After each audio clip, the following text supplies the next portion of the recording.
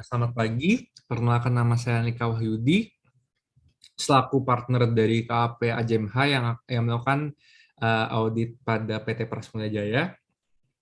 Dan pada kesempatan kali ini saya akan mempresentasikan mengenai hasil progres dari audit yang telah kami lakukan.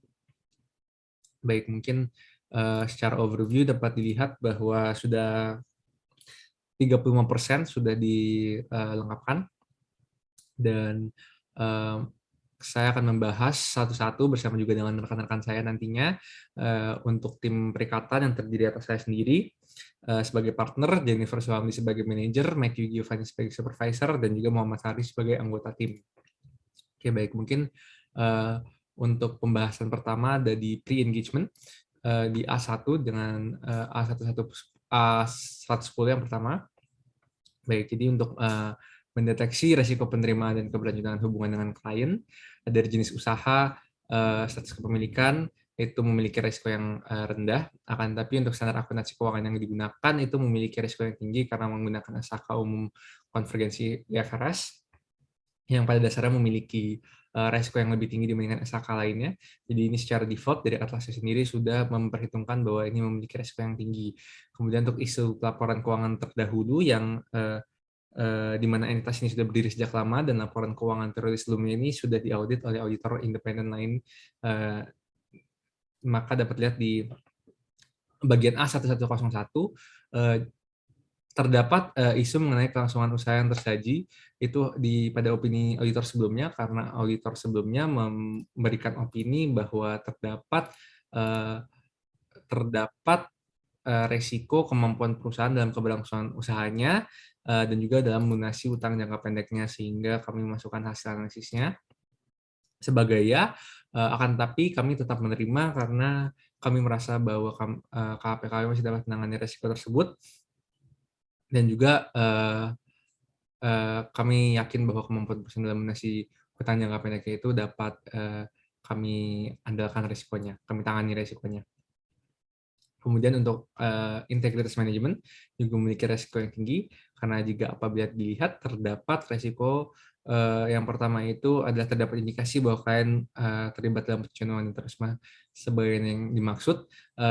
Ini mungkin kalau ditelusuri lebih lanjut, hal ini dikarenakan pengguna jasa akuntan publik ini itu merupakan pengurus partai politik atau anggota partai politik, sehingga dari Atlasnya sendiri mengidentifikasi bahwa risikonya itu akan tinggi. Kemudian untuk resiko yang kedua itu adalah terdapat identitas dan reputasi buruk atas bisnis dari pihak-pihak yang mempunyai hubungan istimewa, sehingga memiliki resiko yang tinggi, akan tetapi kami merasa bahwa reputasi buruk tersebut tidak berpengaruh langsung terhadap laporan keuangan dari PT Prasmula Jaya. Kemudian untuk kompetensi, ketersediaan waktu, dan juga independensi personal KAP memiliki resiko yang rendah karena kami juga telah memilih sendiri personel atau anggota untuk tim perikatan audit ini yang memiliki kompetensi yang memadai dan juga memiliki independensi dari Prasmula Jaya, sehingga apabila memiliki hubungan dengan PT Prasmula Jaya itu tidak kami input di dalam tim perikatan audit kami. Oke, kemudian maka dari itu kami menerima hubungan kerjasama dengan PT Prasmula Jaya, dan bagaimana cara kami akan melakukan mitigasi resikonya adalah dengan mengambil bukti audit secara luas terhadap hal-hal yang berisiko tinggi. Oke, kemudian untuk alokasi jamnya dapat dilihat bahwa alokasi jam total perkiraan jam kerja yang akan digunakan, yang akan dipakai untuk melakukan audit terhadap PT Prasmula Jaya ini sebanyak 378 jam 40 menit, dan dibagi sedemikian rupa untuk saya sendiri, Jennifer, Matthew, dan juga Muhammad Haris. Oke, kemudian untuk surat perikatan, kami juga telah melakukan surat perikatan yang telah memadai, dan surat tugas juga, akan tetapi surat tugas ini tidak memadai dikarenakan penanggalan surat ini tidak sesuai dengan tanggal perikatan. karena diterbitkan itu sehari setelah tanggal surat perikatan. Kemudian untuk pernyataan independensi juga sudah kami lakukan, akan tetapi tidak memadai karena form independensinya ini dibuat pada hari pembuatan surat penugasan, yaitu 1 hari setelah tanggal perikatan. Jadi memiliki hasil analisis bahwa pernyataan independensi ini tidak memadai. Kemudian untuk komunikasi tim perikatan juga telah kami lakukan sebelumnya, dan tidak ada permasalahan atau tidak ada resiko yang tinggi juga terhadap komunikasi. Dan kemudian juga untuk perikatan tahun pertama, untuk cek saldo awal memiliki kesimpulan tidak memadai karena terdapat review kertas kerja auditor pendahulu jika laporan keuangan telah diaudit, ya, dikarenakan juga kami telah menghubungi auditor atau KAP sebelumnya, akan tapi tidak menerima balasan terkait audit untuk PT Prasmulia Jaya di tahun perikatan pertama ini. Nah, akan tapi untuk saldo awal tidak terdapat indikasi adanya salah sanji yang material. Nah, kemudian dari kami sendiri akan melakukan uji saldo awal, yaitu dengan cara melakukan prosedur pengecekan general ledger di sistem akuntansi klien untuk meyakini saldo awal dan tidak terdapat indikasi adanya salah saji. Oke, kemudian untuk risk assessment kemudian akan dilanjutkan oleh rekan saya. Selanjutnya, kami telah menentukan nilai materialitas awal untuk audit PT Prasmulia Jaya. Jadi dalam menentukan nilai materialitas, kami menggunakan benchmark akun lainnya sesuai dengan auditor induk dengan nilai 800 juta rupiah. Seperti yang telah disebutkan partner saya sebelumnya, bahwa terdapat hal-hal seperti opini auditor terdahulu mengenai keberlangsungan usaha dan juga pelunasan utang jangka pendek, adanya reputasi buruk pada pihak yang berhubungan istimewa, kemudian adanya sangkut paut dengan partai politik sebagai pengguna dari laporan keuangan, tidak adanya balasan dari auditor pendahulu, maka kami menentukan resiko audit tergolong tinggi untuk perusahaan ini. Maka dari itu, persentase overall materiality adalah 3%, yaitu sangat hati-hati karena kami menentukan risiko audit yang tinggi tadi.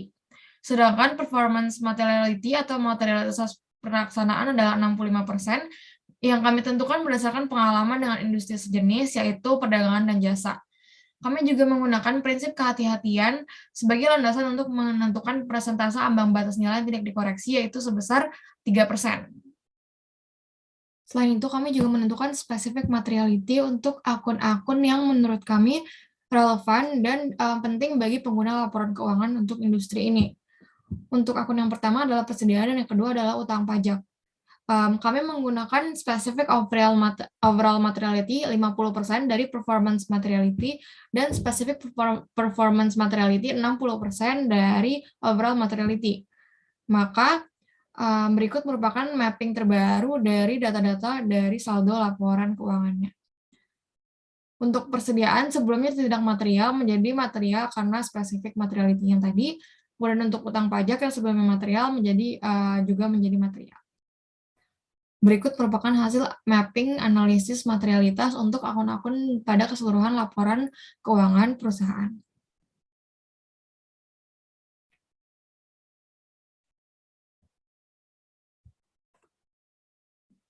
Selanjutnya, kami melakukan prosedur analisis awal. Yang pertama adalah analisis perbandingan data antar periode. Kami menggunakan akun-akun dari laporan posisi keuangan dan laporan laba rugi dari tahun 2018 dan 2017. Untuk melakukan analisis vertikal dan horizontal. Untuk data-data ini harus diabaikan perubahan interimnya karena kami tidak melakukan analisis terhadap saldo interim. Nah, dari seluruh akunnya kami menemukan bahwa terdapat perubahan yang sangat signifikan pada utang usaha dan utang pajak, yaitu sebesar 303,2% untuk utang usaha dan 689,5% untuk utang pajak. Sehingga kami menyimpulkan bahwa terdapat akun yang memiliki kenaikan signifikan dan berpotensi salah saji, yaitu pada akun utang usaha dan utang pajak. Selanjutnya, kami melakukan prosedur analitis awal yang kedua, yaitu analisis rasio keuangan. Kami menggunakan data-data dari laporan posisi keuangan maupun laporan laba rugi untuk menentukan rasio-rasio untuk menilai posisi likuiditas, profitabilitas, solvabilitas, maupun aktivitas perusahaan, yang dapat dilihat rasio-rasionya sebagai berikut. Dari keseluruhan rasio, kami tidak menemukan adanya potensi salah saji material dari rasio-rasio ini.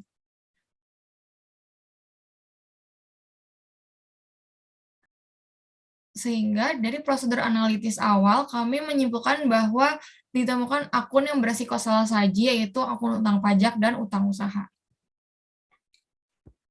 Baik, baik. Selanjutnya, kita akan melanjutkan pada A230 dan A240, di mana pertama dalam A230, kita menemukan bahwa terdapat 8 aktivitas yang harus dilakukan, yaitu analisis pada informasi umum dan aspek legalitas, struktur organisasi dan tanggung jawab, proses aktivitas bisnis utama dan kebijakan akuntansi, pemahaman peraturan bisnis relevan, pemahaman lingkungan bisnis, analisis kelangsungan usaha, pemahaman penyiapan dan penyusunan LK, dan analisis faktor kecurangan, di mana pertama dalam A230 kita setelah memasukkan dalam soalnya itu dengan apa yang ditulis dalam soal, kita menemukan bahwa tidak terdapat kemungkinan salah saji material pada informasi umum dan aspek legalitas perusahaan. Kemudian pada struktur organisasi dan tanggung jawab, kita juga menemukan bahwa berikut adalah lampirannya untuk struktur organisasi, dan kita menemukan bahwa struktur organisasi dan uraian tanggung jawab perusahaan tidak terdapat kemungkinan pada salah saji material. Kemudian untuk A230.3, yaitu proses aktivitas bisnis, kita menemukan bahwa terdapat kemungkinan salah saji material, di mana dalam uraian siklus penjualan dan pembelian kita menemukan bahwa pengendalian internal dalam siklus ini belum sepenuhnya memadai, di mana terjadi kemungkinan salah saji material di utang usaha dan piutang usaha, di mana kita menemukan dengan adanya terjadi pemesanan dari pelanggan, laporan pengeluaran, dan faktur pelanggan dalam satu voucher, di mana oleh karena itu terdapat risiko karena adanya perbedaan antara pemesanan dan pengeluaran barang, dan hal yang sama juga pada siklus pembelian, di mana pemesanan pembelian juga berbeda dengan siklus dengan faktur pengeluarannya, pengeluaran pemasok. Dan untuk peraturan yang relevan, kita menemukan bahwa dalam UU PPH tidak terdapat ketidakpatuhan, di mana oleh karena itu akun utang pajak tersebut memiliki resiko untuk salah saji material. Kemudian untuk pemahaman lingkungan bisnis, kita menemukan bahwa dalam pemahaman lingkungan bisnis terdapat kemungkinan salah saji material, di mana resiko tersebut terjadi pada penjualan barang dagangan, persediaan, beban pokok pendapatan, saldo laba, beban gaji, dan upah dan pendapatan non-operasional. Kemudian untuk 230.6, yaitu analisis kelangsungan usaha, kita menemukan bahwa terdapat kemungkinan salah saji pada hutang jangka pendek yang memerlukan perhatian, di mana dapat dilihat karena adanya rasio keuangan yang utama yang buruk, di mana posisi liabilitas bersih dan liabilitas lancar memiliki resiko untuk salah saji material pada hutang jangka pendek. Dan untuk pemahaman penyiapan dan penyusunan LK, kita menemukan bahwa terdapat resiko pada penyusunan dan penyiapan LK tersebut, di mana resiko salah saji terdapat pada piutang usaha dan aset tetap, di mana biaya penyusutan aset tetap bermasalah. Hal yang sama terjadi juga pada utang pihak berelasi, di mana utang-utang lain jangka panjang menjadi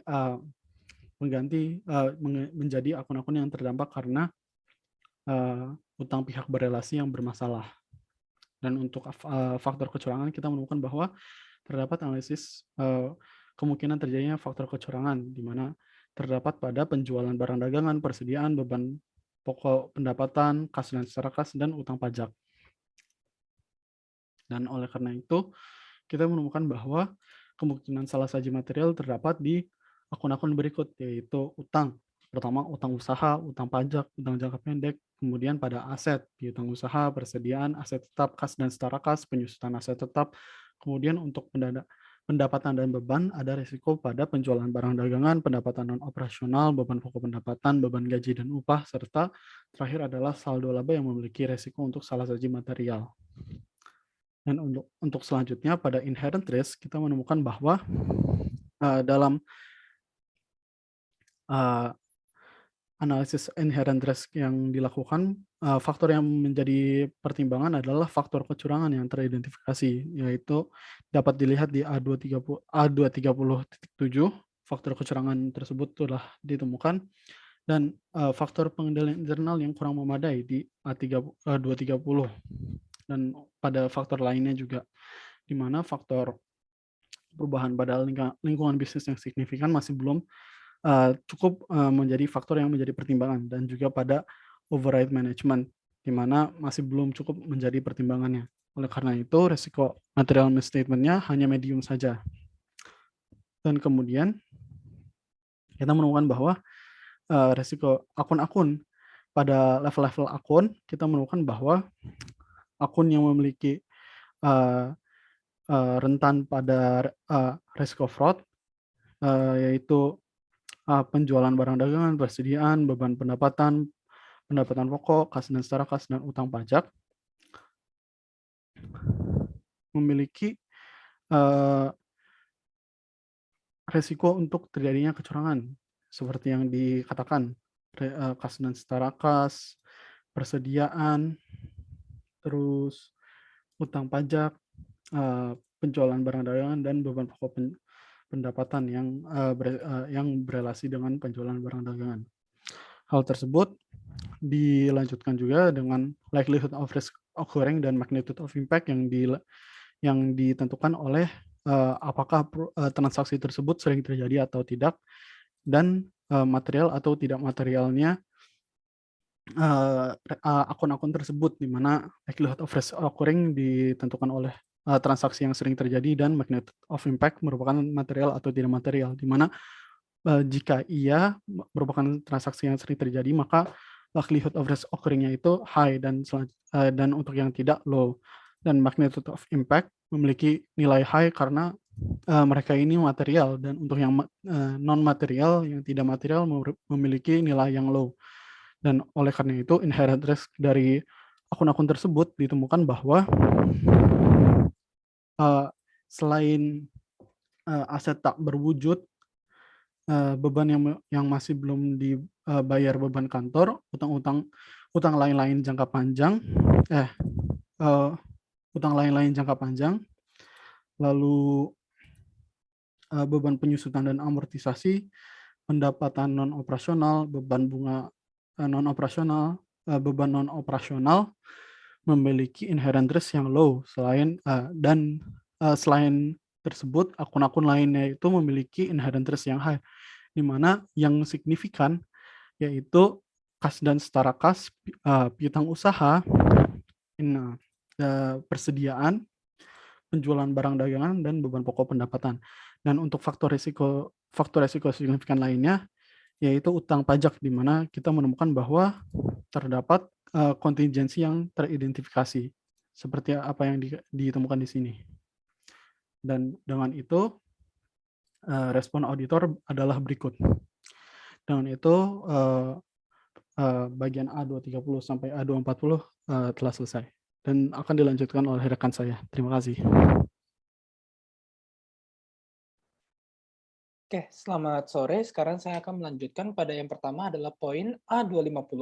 Nah, jadi apabila kita lihat pada poin A250 di sini, terdapat yang pertama adalah kontrol risknya dulu, assessment untuk pengendalian tingkat entitasnya. Kita lihat di sini. Nah, pertama-tama dijelaskan bahwa tentu untuk lingkungan pengendaliannya ini terdapat 5 poin, di mana manajemen ini telah membudayakan kejujuran perilaku etis dan telah memastikan diimplementasikan. Meskipun demikian, manajemen ini mengalami seleksi yang kurang baik, sehingga terdapat pegawai yang tidak kompeten yang diterima, dan kemudian TCWG-nya ini kurang melakukan pengawasan, sistem operasionalnya itu belum melaksanakan pengendalian internal yang baik, dan struktur organisasi itu telah dibuat sebaik mungkin, namun masih terdapat pemisahan tanggung jawab yang tidak dilakukan secara jelas. Nah, jadi apabila kita lihat di atlasnya ini, pada entity levelnya di sini, dapat kita lihat kalimatnya ini sudah dimasukkan ke dalam lingkungan pengendaliannya ini, di mana untuk catatan-catatannya kita masukkan, di mana filosofinya ini manajemen telah melakukan budaya jujur dan perilaku etisnya, namun untuk struktur organisasinya telah dibuat sebaik mungkin meskipun pada pemberian wewenang dan tanggung jawabnya masih terdapat pemisahan yang belum jelas. Nah, kemudian apabila kita lihat pada poin berikutnya, proses pengendalian risiko, manajemen ini tidak melakukan pengendalian risiko, sehingga pada atlasnya dapat kita masukkan di sini. Nah, kemudian pada aktivitas pengendalian ini dapat kita anggap kurang memadai. Hal ini disebabkan apabila kita lihat soalnya ini, turnover-nya tinggi, terdapat transaksi yang tidak dicatat, serta otorisasinya ini, meskipun otorisasinya ini sudah benar.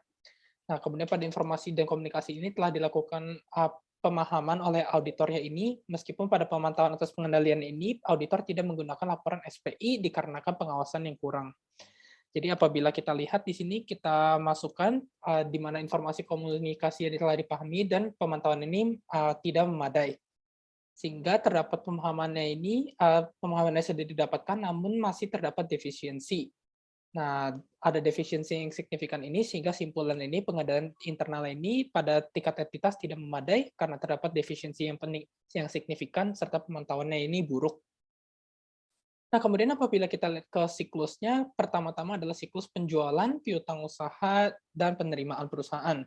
Di mana pada kelompok kami ini telah mengelompokkan berdasarkan pelaksanaan aktivitas pengendaliannya, seperti misalnya penerima pesanan dari pelanggan, laporan pengembaraan dan faktur pelanggan itu merupakan contoh dari otorisasi ini sendiri.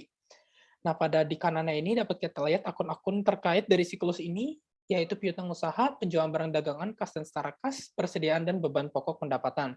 Di mana asersi terkaitnya adalah existence dan accuracy dan cut off untuk piutang usaha sampai kas, dan untuk persediaan beban pokok pendapatan adalah completeness-nya ini sendiri. Dan piutang usaha ini serta persediaan ini mengandalkan pengendalian, namun seperti yang pada level entitas tadi, pengendalian ini kurang efektif, sehingga dapat kita simpulkan pengendalian internal ini belum sepenuhnya memadai, yaitu pada inventorinya yang kurang efektif. Nah, kemudian apabila kita lihat pada siklus persediaan utang dan pengeluarannya, akun-akun signifikan yang terkait adalah utang usaha, kas dan setara kas, persediaan, dan beban pokok pendapatan, di mana asersi yang terkaitnya adalah existence ini, serta accuracy dan cut off. Nah, untuk pada kas dan setara kas serta persediaan ini merupakan akun yang mengandalkan pengendalian, di mana analisis pengendalian ini kurang efektif, sehingga untuk simpulannya ini belum sepenuhnya memadai karena persediaan dan kasnya ini masih pengendaliannya tidak efektif. Jadi apabila kita lihat di sini, simpulannya ini pengendalian internal ini masih belum memadai, karena tentu pengendalian, baik pengendalian secara entitas, uraian siklus penjualan, maupun siklus pembelian perusahaan ini tuh masih belum memadai. Nah, kemudian apabila kita lihat pada A270, klien ini memiliki TCWG, tapi tidak memiliki SPI. Hal ini karena SPI ini tidak digunakan oleh auditor karena pengendalian yang kurang. Nah, apabila kita lihat pada soalnya di sini, pada A270, nah, auditor dan TCWG telah melakukan pemahaman yang baik, kemudian auditor telah memperoleh informasinya, dan auditor ini telah mengidentifikasi kecurangan dan defisiensi yang signifikan, serta ketidaktepatan dalam estimasi dan kebijakan akuntansi, dan hal tersebut sudah dikomunikasikan kepada TCWG. Nah, apabila kita lihat di sini, TCWG-nya, lihat A2701-nya, tentu berdasarkan auditor dan kerjasama pemahaman yang sudah baik, maka kita centang iya untuk kesepahamannya ini. Terus informasi terencana auditnya untuk bagian B ini semuanya dimasukkan iya. Kemudian untuk informasi yang diharapkan juga telah diterima iya semua, dan temuan signifikan ini dimasukkan iya, terutama kepada terdapat defisiensi atau kecurangan, defisiensi, dan telah dikomunikasikan juga. Jadi untuk kesimpulannya ini, komunikasinya ini tuh sudah memadai karena sudah dilakukan. Jadi sekian dari presentasi kami, terima kasih atas kesempatan yang diberikan.